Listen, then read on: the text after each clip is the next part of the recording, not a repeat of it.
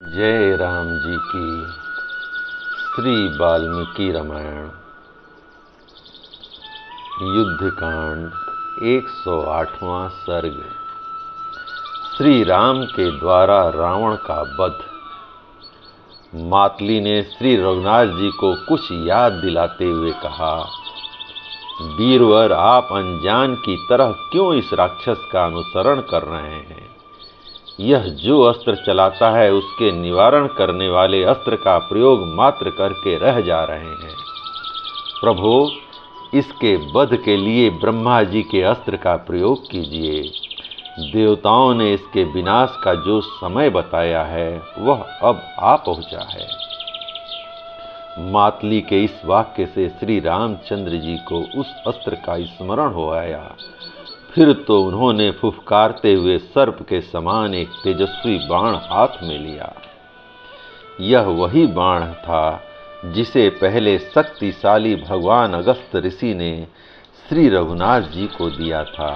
वह विशाल बाण ब्रह्मा जी का दिया हुआ था और युद्ध में अमोघ था। अमित तेजस्वी ब्रह्मा जी ने पहले इंद्र के लिए इस बाण का निर्माण किया था और तीनों लोकों पर विजय पाने की इच्छा रखने वाले देवेंद्र को ही पूर्व काल में अर्पित किया था। उस बाण के वेग में वायु की, धार में अग्नि और सूर्य की, शरीर में आकाश की तथा भारीपन में मेरु और मद्राचल की प्रतिष्ठा की गई थी। वह संपूर्ण भूतों के तेज से बनाया गया था।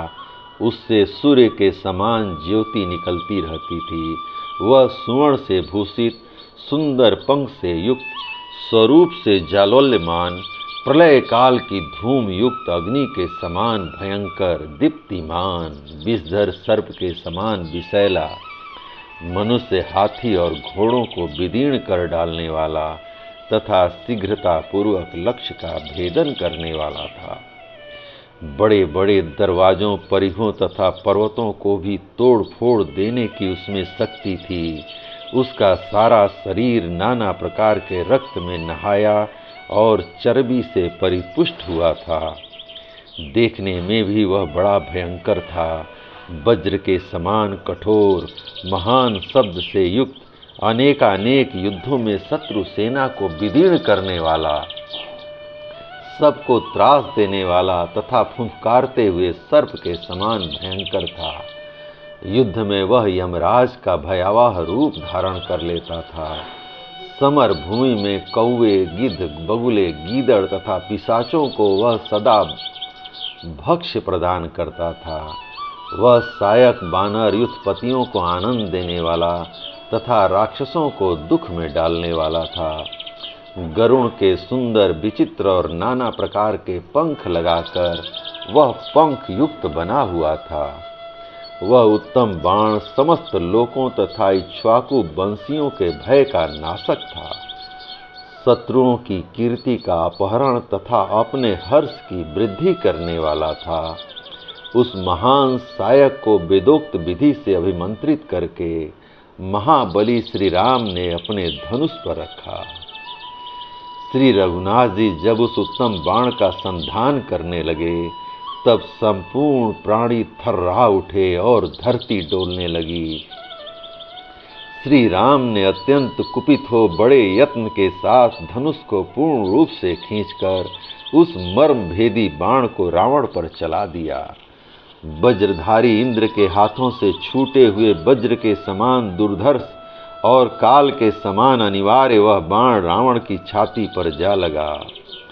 शरीर का अंत कर देने वाले उस महान वेगशाली श्रेष्ठ बाण ने छूटते ही दुरात्मा रावण के हृदय को विदीर्ण कर डाला।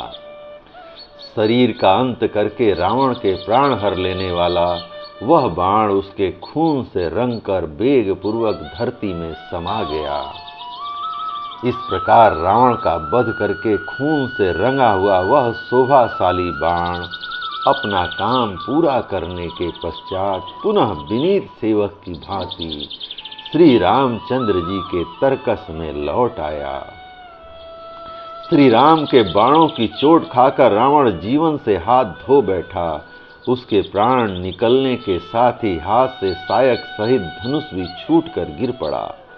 वह भयानक वेगशाली महातेजस्वी राक्षस राज प्राणहीन हो वज्र के मारे हुए वृत्तासुर की भांति रथ से पृथ्वी पर गिर पड़ा।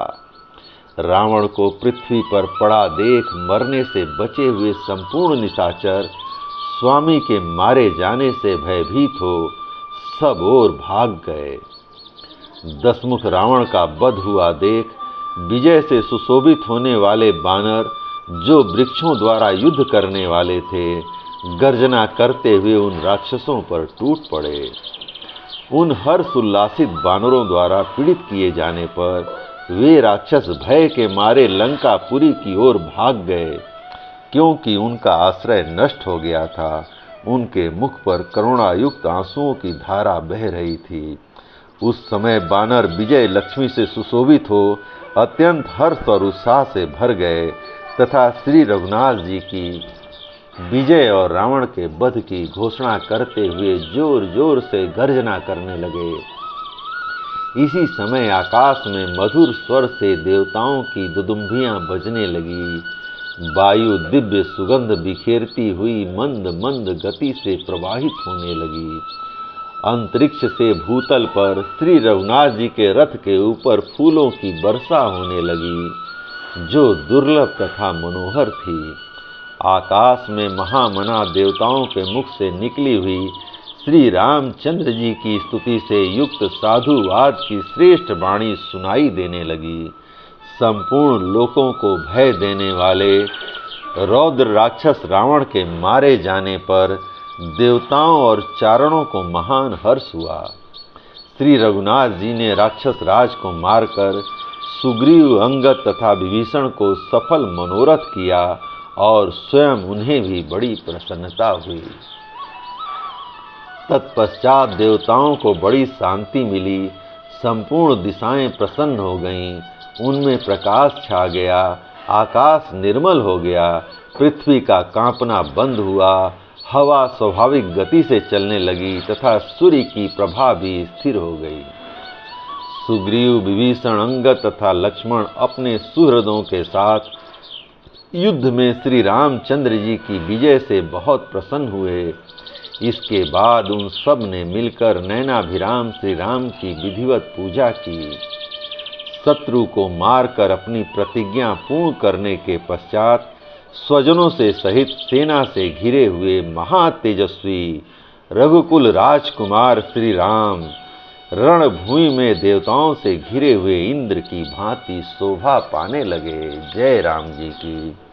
इस प्रकार श्री वाल्मीकि निर्मित आर्ष रामायण आदि काव्य के युद्ध कांड का 108वां सर्ग प्रभु श्री राम की कृपा से पूर्ण हुआ। जय राम जी की।